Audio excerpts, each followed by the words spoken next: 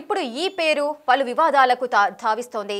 ధర్మస్థలలో సామూహిక ఖననాలు చేశాము జరిగాయి అంటూ కూడా విజిల్ బ్లోయర్ అనే వ్యక్తి ఇచ్చిన ఫిర్యాదు మేరకు మొత్తం 13 స్పాట్లను అయితే గుర్తించారు. ఈ 1 నుంచి 13 స్పాట్లలో తవ్వకాలు జరుపుతున్నారు సిట్ అధికారులు. మరి ఇప్పుడు జరుగుతున్న తవ్వకాలలో సడన్ గా బ్రేక్ ఇవ్వడానికి గల రీజన్స్ ఏంటి, అసలు ఏం జరుగుతోంది, ఈ బ్రేక్ గల కారణాలు ఏంటో ఒకసారి మనం అబ్జర్వ్ చేద్దాం. బిగ్ టీవీ స్క్రీన్ పైన మనం చూస్తున్నాము. సో ఏం జరిగింది, తవ్వకాలలో బ్రేక్ రావడానికి గల కారణాలేంటో ఒకసారి చూద్దాము. 1 నుంచి 13 స్పాట్లలో జీపీఆర్తో రీఇన్వెస్టిగేషన్ చేయాలంటూ కూడా సిట్ అధికారులు అయితే చెబుతున్నారు. సిట్ జరుపుతున్న దర్యాప్తుపై అయితే సర్వత్రా విమర్శలు వస్తున్నాయి. తవ్వకాల పేరుతో జాప్యం చేస్తున్నారంటూ కూడా సిట్ పైన ఆరోపణలు అయితే వినిపిస్తున్నాయి. అయితే ఈ తవ్వకాలు జీపీఆర్తో చేయాలి అంటూ కూడా చాలా డిమాండ్స్ అయితే వినిపిస్తున్నాయి. కానీ సిట్ అధికారులు జీపీఆర్ వాడకపోవడం పైన కూడా చాలా మంది అనుమానాలు వ్యక్తం చేస్తున్నారు. దీంతో జీపీఆర్ను ఉపయోగించాలని నిర్ణయం తీసుకున్నట్లుగా అయితే తెలుస్తోంది. మరి ఇప్పటి వరకు 6వ స్పాట్లో 11/A స్పాట్లో మాత్రమే అస్థి పంజరాలు అయితే లభించాయి. 1 నుంచి 13 వరకు జరిపిన తవ్వకాలలో కేవలం 6వ స్పాట్లో అస్థికలు లభించాయి. అదేవిధంగా 11/A, సో వారు ఏవైతే నేమ్స్ మెన్షన్ చేసుకున్నారో వాటిలో మాత్రమే అస్థికలు పుర్రెలు మాత్రమే లభించాయి. జీపీఆర్ ఉపయోగిస్తేనే ఎక్కువ ప్రయోజనం ఉంటుందంటూ కూడా చాలా మంది అయితే అభిప్రాయపడుతున్నారు. నిపుణులంతా కూడా విజిల్ బ్లోయర్ భీమన్నకైతే భారీగా మద్దతు పెరుగుతోంది. నిజాలు నిగ్గు తేల్చాలంటూ కూడా జనం అయితే డిమాండ్ చేస్తున్నారు. నిన్న ధర్మస్థలలో పోలీసుల లాఠీ చార్జ్ జరగడం కూడా మీరు చూశారు. మరి ఏం జరగబోతోంది, జీపీఆర్ టెక్నాలజీని ఉపయోగిస్తారా, జీపీఆర్ టెక్నాలజీ ఉపయోగించడానికి ఒకవేళ ఎటువంటి అడ్డంకులు ఉన్నాయి, ఒకవేళ జీపీఆర్ టెక్నాలజీ వల్ల ఎటువంటి ఉపయోగాలు ఉన్నాయో ఒకసారి మనం చూద్దాం. అసలు జీపీఆర్ టెక్నాలజీ అంటే ఏంటి అంటే, జీపీఆర్ టెక్నాలజీ బాంబు డిటెక్టర్ తరహాలో ఉండే ఒక పరికరం.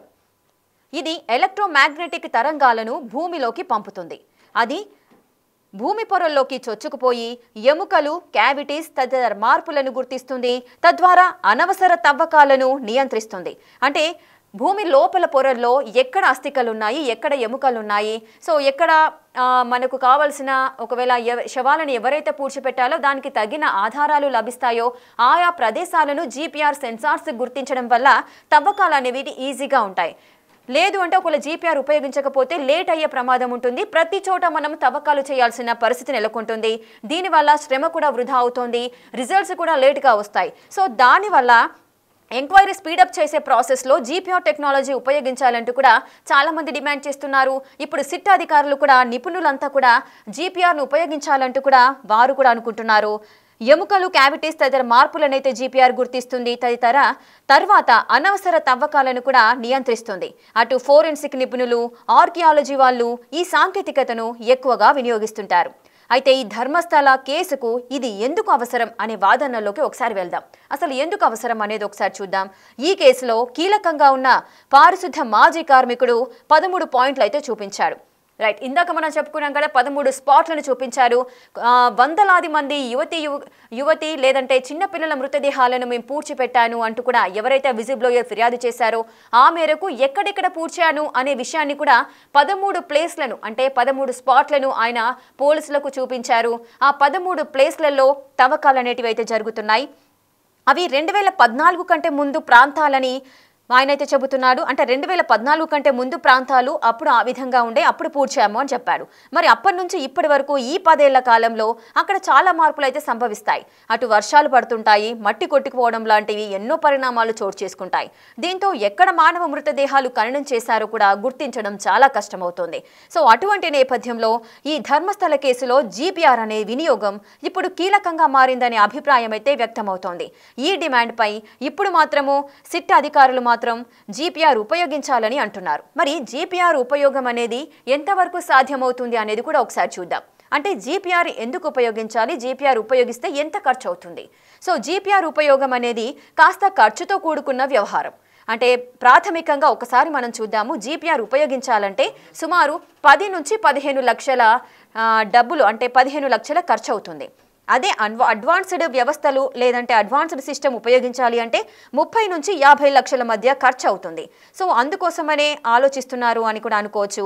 ఇది చాలా ఖర్చుతో కూడుకున్న వ్యవహారము. ఒకవేళ నిజంగానే ఇంత ఖర్చు పెట్టి మనము జీపీఆర్ టెక్నాలజీ తీసుకొచ్చి మనం తవ్వకాలు జరిపినట్లయితే కావాల్సిన ఆధారాలు లభిస్తాయా లేదా అనేది కూడా తెలియాల్సిన పరిస్థితి ఉంది. అంత ఖర్చు పెట్టి ఒకవేళ తవ్వినా కూడా ఒకవేళ రిజల్ట్ అనేది పాజిటివ్గా వస్తుందా నెగిటివ్గా వస్తుందో తెలియదు. దీనివల్ల కూడా విమర్శలు వచ్చే అవకాశాలు ఉంటాయి? సో దీనికి సంబంధించి కూడా నిపుణులైతే ఆలోచిస్తున్నారు. జీపీఆర్ టెక్నాలజీ ఉపయోగిస్తే ఈ విధంగా 10 నుంచి 15 లక్షలు ఖర్చు అవుతుంది. ఒకవేళ అడ్వాన్స్డ్ సిస్టమ్ ఉపయోగిస్తే 30 to 50 lakhs మధ్యలో ఉండొచ్చు అని చెప్తున్నారు. ఒకవేళ ఈ జీపీఆర్ని మామూలుగా మనం పర్చేస్ చేసి యూజ్ చేస్తే ఈ విధంగా ఖర్చు ఉంటుంది. ఒకవేళ అద్దె బేస్డ్గా లేదంటే మనం టెంపరవరీగా కూడా మనము రెంట్కి తీసుకొని ఒకవేళ వీటి సేవలను ఉపయోగించుకునే అవకాశాలు కూడా ఉన్నాయి. మరి దీనికి సంబంధించి ఒకవేళ ఈ సేవల్ని రెంట్కి తీసుకొని ఒకవేళ ఉపయోగించాలి అని అనుకుంటే మాత్రం ఎవరైతే ఉపయోగిస్తారో ఆ నిపుణులకి ట్రైనింగ్ అనేది కూడా చాలా ఇంపార్టెంట్. సో ఇదంతా కూడా ఒక ఖర్చుతో కూడుకున్న వ్యవహారం కాబట్టి మరి జీపీఆర్ ఉపయోగిస్తారా లేదా అనే విషయం కూడా తెలియాల్సిన పరిస్థితి ఉంది. సో అసలు ఏం జరుగుతోంది? తవ్వకాలకు ప్రెజెంట్ బ్రేక్ ఇచ్చారా? మరి నిజంగానే బ్రేక్ ఇచ్చారా? మళ్ళీ ఎప్పుడు తవ్వకాలు స్టార్ట్ అవుతాయి? దీనికి సంబంధించిన పూర్తి డీటెయిల్స్ అందించడానికి మా ప్రతినిధి రామ్దాస్ సిద్ధంగా ఉన్నారు. ఆయనతో ఒకసారి మాట్లాడదాం. రైట్ రామ్దాస్, ఇక్కడ ధర్మస్థలలో 13 స్పాట్లు అయితే ఉన్నాయి. దాంట్లో ప్రజెంట్ అయితే తవ్వకాలు నిలిచిపోయాయని చెబుతున్నారు. బ్రేక్ పడినట్లే అని భావించవచ్చా? నిజంగానే డ్రాప్ అయ్యాయా తవ్వకాలు అనేవి? వాస్తవానికి ఇప్పటిదాకా జరిపిన తవ్వకాలకు సంబంధించి పెద్ద పురోగతి ఏం లేదు. దీని గురించి ఇప్పుడు సర్వత్రా ఒక చర్చ. ఎందుకంటే ఈ 13 నుంచి 15 స్పాట్ల వరకు జరిపిన తవ్వకాలకు సంబంధించి పెద్దగా ఎక్కడ అంటే కేవలం ఒక 6వ స్పాట్ లో కొన్ని ఎముకలు లభించాయి. తర్వాత 11వ స్పాట్ లో 11కు అదనంగా 11A అడిషనల్ ఈ స్పాట్ లో మాత్రమే కొన్ని ఒక పుర్రే అలాగే మిగతా కొన్ని ఆనవాళ్ళు దొరికాయి. సో దీనికి సంబంధించి పెద్దగా పురోగతి లేకపోవడంతో మొదటి నుంచి కూడా గ్రౌండ్ పెనిట్రేటింగ్ రాడార్ అనేది యూజ్ చేసి ఇన్వెస్టిగేషన్ చేయాలని చాలా మంది అడుగుతున్నారు. వాస్తవంగా ఇది మనకు జీపీఆర్ అనేది మనకు చాలా మందికి తెలిసిన అంశం. ఎందుకంటే మనం ఈ శ్రీశైలం ఎడవగట్టు కాలువలో కొంతమంది కార్మికులు చిక్కున్నప్పుడు మనం ఈ టెక్నాలజీ గురించి చాలా మంది తెలిసి ఉంటుంది. ఎందుకంటే అది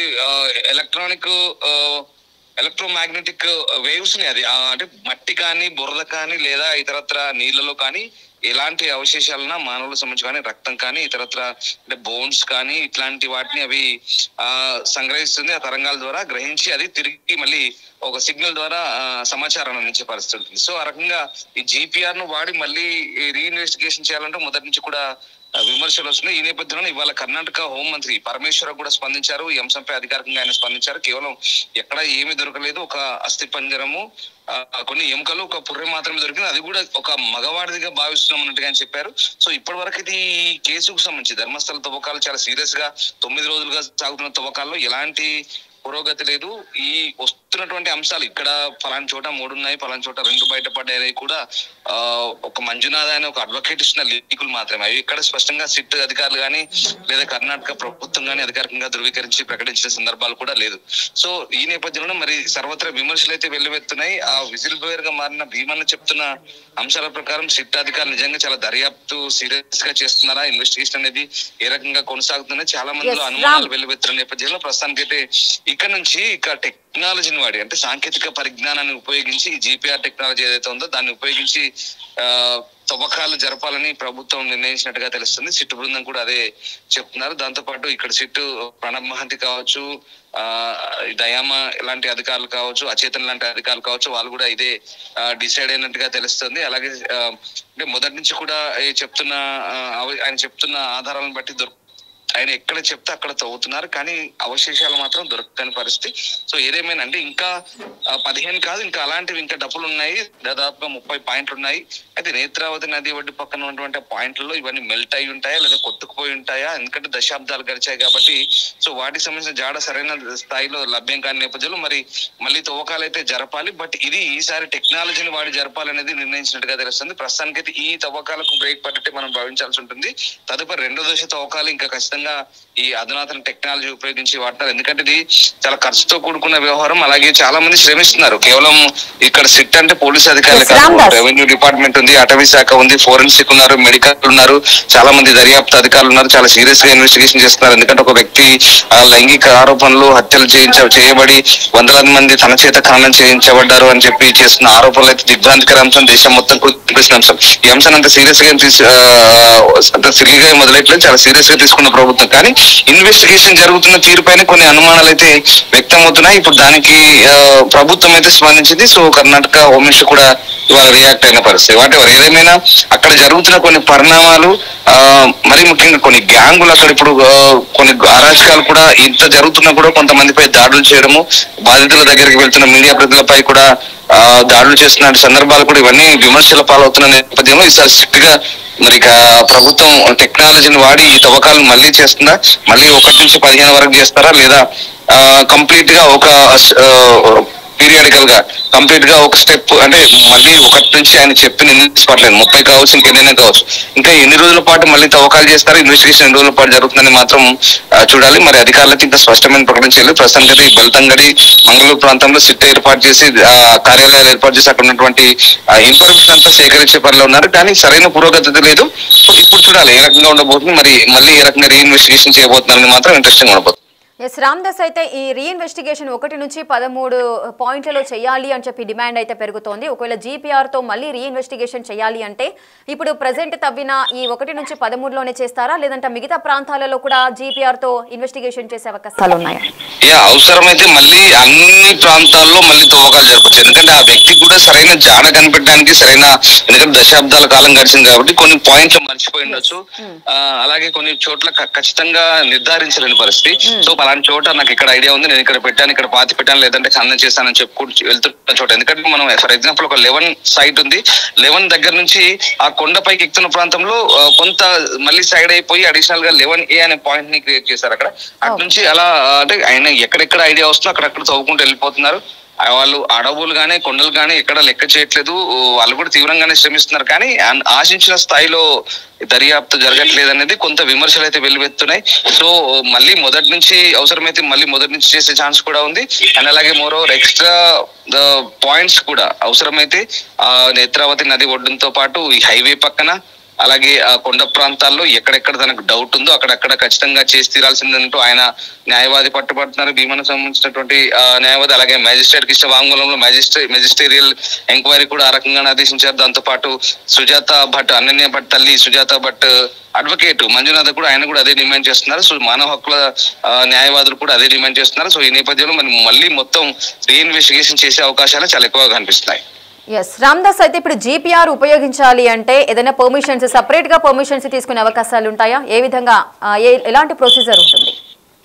ఖచ్చితంగా ఈ గ్రౌండ్ పెనిట్రేటింగ్ రాడార్ అనేది it's like A bomb detector అనొచ్చు మనం. ఎందుకంటే ఈ ఎలక్ట్రోమాగ్నెటిక్ వేవ్స్ ద్వారా వాటిని కనిపెట్టే ఛాన్స్ ఉంది. మనం ఫర్ ఎగ్జాంపుల్ ఇక్కడ మనం శ్రీశైలం లెఫ్ట్ బ్యాంక్ కెనాల్ సంబంధించి ఇన్వెస్టిగేషన్ చేసినప్పుడు ఒక చిన్న పైప్ లాంటి అంశం, ఎందుకంటే అప్పుడు కంప్లీట్ గా కూరుకుపోయింది. ఆ పైప్ లాంటి దాంట్లో కెమెరాలు పెట్టి వీటిని ఈ జీపీఆర్ ని పంపించి దాని ద్వారా వచ్చేటువంటి వేవ్స్ ఏవైతే ఉన్నాయో వాటి ద్వారా కనిపెట్టిన పరిస్థితి చూసాం. సో ఇది బురదలో కానీ మట్టిలో కానీ ఇతరత్ర ఏదైనా అవశేషాలు ఉన్నప్పుడు బయట తీసే పరిస్థితి. దీని ఖచ్చితంగా దీనికి అంటే ఇక్కడ మనకు ఫోరెన్సిక్ కావచ్చు, మిగతా డిపార్ట్మెంట్స్ అన్ని కూడా అదే చెప్తున్నాయి. స్పష్టమైనటువంటి నిర్ధారిత ఒక ఆధారాలు అయితే మనకు దొరకవచ్చు, దానికి సంబంధించిన ఎవిడెన్స్ అయితే రావచ్చు. సో దానికి సంబంధించి ఇప్పుడు హోం మంత్రిత్వ శాఖ అయితే ఖచ్చితంగా అనుమతించినట్టే మనకు అర్థమవుతుంది కర్ణాటకలో. అలాగే ప్రభుత్వం నిర్ణయించింది, ప్రభుత్వం దీనికి పూర్తి స్థాయి అనుమతించినట్టు తెలుసు. It's an high level investigation అనుకోవచ్చు.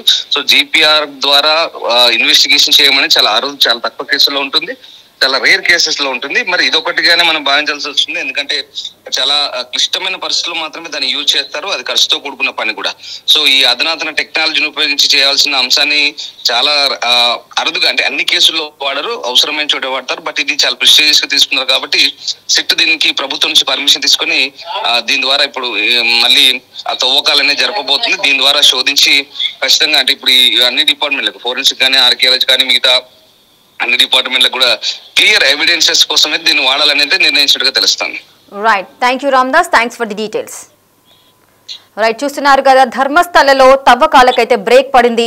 జీపీఆర్ టెక్నాలజీని ఉపయోగించాలంటూ కూడా సిట్ అయితే నిర్ణయించినట్లుగా సమాచారం అయితే ఉంది. అయితే మళ్ళీ 1 నుంచి 13 స్పాట్లలో ఈ జీపీఆర్ తో రీఇన్వెస్టిగేషన్ చేయాలంటూ కూడా నిర్ణయించారు. ఎందుకంటే 1 నుంచి 13 స్పాట్లలో తవ్వకాలు జరిపినప్పుడు కేవలం 6వ స్పాట్, అదేవిధంగా 11/A, సో వాళ్ళు నామకరణం చేసుకున్నారు 11/A అండ్ 6 అని. సో ఈ 2 స్పాట్లలో మాత్రమే అస్థిపంజరాలు లభించాయి, మిగతా స్పాట్లలో మాత్రము ఎటువంటి ఆనవాళ్లు కూడా లభించలేదు. మరి దీనికి సంబంధించి ఇంత టైం లేట్ చేయడం ఎందుకు లేదా టైం వేస్ట్ చేయడం ఎందుకు అని జీపీఆర్ అయితే ఖచ్చితమైన నిర్ధారణ పరీక్షలు దానికి సంబంధించిన రిజల్ట్స్ అయితే వస్తాయి కాబట్టి జీపీఆర్ టెక్నాలజీని ఒక హై లెవెల్ జీపీఆర్ టెక్నాలజీని ఉపయోగిస్తే ఖచ్చితమైన రిజల్ట్స్ అనేవి వస్తాయి. టైం వేస్ట్ అవ్వకుండా విత్ ఇన్ షార్ట్ పీరియడ్ లో మనం రిజల్ట్స్ ని తీసుకురావచ్చు. కేసు అనేది దర్యాప్తు వేగంగా జరుగుతుంది అని సిట్ అధికారులు అయితే నిర్ణయించారు. ఈ సిట్ దర్యాప్తు జరుపుతున్న తీరుపై అయితే చాలా వరకు అయితే విమర్శలు వస్తున్నాయి. సో తవ్వకాల పేరుతో జాప్యం చేస్తున్నారంటూ కూడా పలువురు ఆరోపిస్తున్నారు. సో జీపీఆర్ వాడకపోవడం పైన కూడా అనుమానాలు వస్తున్నాయి. సో ఈ విధంగా ఇటువంటి సంఘటనలు జరుగుతున్న నేపథ్యంలో ఇప్పుడు సిట్ అధికారులు మాత్రం జీపీఆర్ టెక్నాలజీని యూజ్ చేయాలి అని నిర్ణయించారు. మరి ఎప్పటి నుంచి యూజ్ చేస్తారు, ఏం జరగబోతోంది, మళ్ళీ 1 నుంచి 13 వరకు రీఇన్వెస్టిగేషన్ జీపీఆర్ తో చేయాలని నిర్ణయించారు. ఎటువంటి ఆధారాలు బయటకు వస్తాయో వేచి చూడాలి.